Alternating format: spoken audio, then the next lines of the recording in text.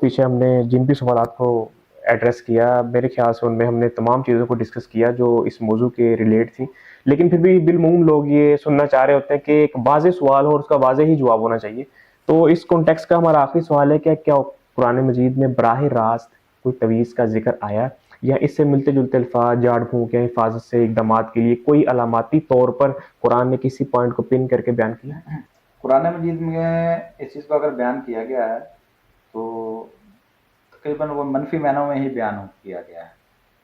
یعنی ایک تو یہود کی اس کنڈیشن کو بیان کرنے کے لیے جب انہوں نے کتاب اللہ کو پس پشت ڈال کر اس طرح کے عملیات کے پیچھے پڑ گئے تھے، جادو ٹونوں کے پیچھے پڑ گئے تھے، جس کا سورہ بقرہ کی آیت نمبر 101 102 نمبر آیات کے اندر اللہ نے تفصیل کر دی ہے. کتاب اللہ کو پس پشت ڈال دیا اور جس طرح اس کو جانتے نہیں ہے اور ان چیزوں کے پیچھے پڑ گئے. وقت وہ ماتتل الشیاطین علی ملک سلیمان، یعنی ان شیاطین کے پیچھے پڑ گئے جو سلیمان علیہ السلام کی سلطنت کا نام لے کے پیش کرتے تھے. جی یہ ہمارے پاس سلیمانی جادو ہے، سلیمانی گشتری ہے، سلیمانی انگوٹھی ہے، ہمارے پاس سلیمانی تشتری ہے. تو اس طریقے سے وہ ان کا اور لوگوں کو نظریات دیتے تھے کہ سلیمان علیہ السلام کی حکومت معاذ اللہ جو تھی وہ جادو کے زور پر تھی اور وہ جادو ہمارے پاس بھی ہے.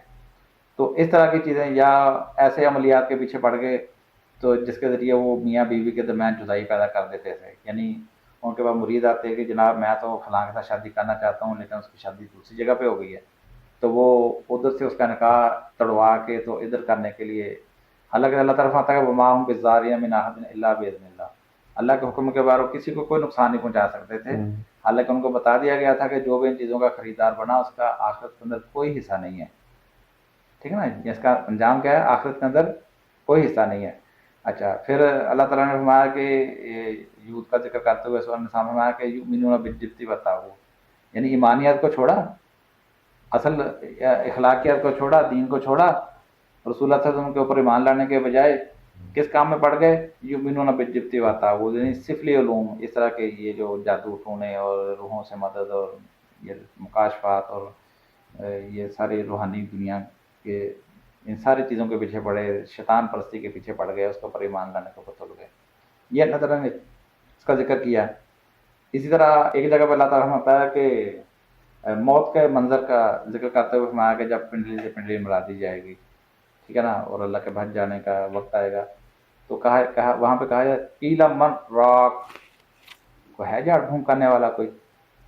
یہ الفاظ ہے وہاں پر قرآن میں آتا ہے وہ قیل من راق، کوئی ہے، کوئی رقیہ کرنے والا، کوئی دم کرنے والا، کوئی جھاڑ پھونک کرنے والا جو آج اس کو موت کے منہ سے بچا لے، یا جہاں یہ پہنچنے والا وہاں سے اس کو بچا لے، اللہ کے حضور پیشی سے بچا لے. یا میں کہ نہیں، آج تو الی ربی کا یوم الدین المساق، آج تو اللہ کے حضور پیشی کا دن ہے، آج اس کو کوئی نہیں روک سکتا، نہ کوئی جھاڑ پھونک کرنے والا، نہ تویز گنڈا کرنے والا، نہ کوئی عملیات کرنے والا، نہ کوئی وظیفہ کرنے والا، کوئی نہیں آج اس کو روک سکتا. تو یہ ان الفاظ کے اندر، یعنی اس چیز کو اگر قرآن کے اندر ایڈریس کیا گیا ہے نا، تو ایک تو یہود کی اس جو منفی پالیسیاں تھیں اس اعتبار سے ذکر کیا گیا کہ یہ کام کر رہے ہیں، اور ایک جگہ پہ چیلنج کے طور پر کہ اب موت کا وقت آیا چاہتا ہے تو کوئی ہے اس کو بچا سکے. من راق، کون ہے جو جھاڑ پھونک کرنے والا، دم کرنے والا، کوئی ایسا ہے جو پاورفل ہو، آؤ آ کے بچاؤ اس کو، بچانا ہے تو ان معنوں میں ذکر ہوا ہے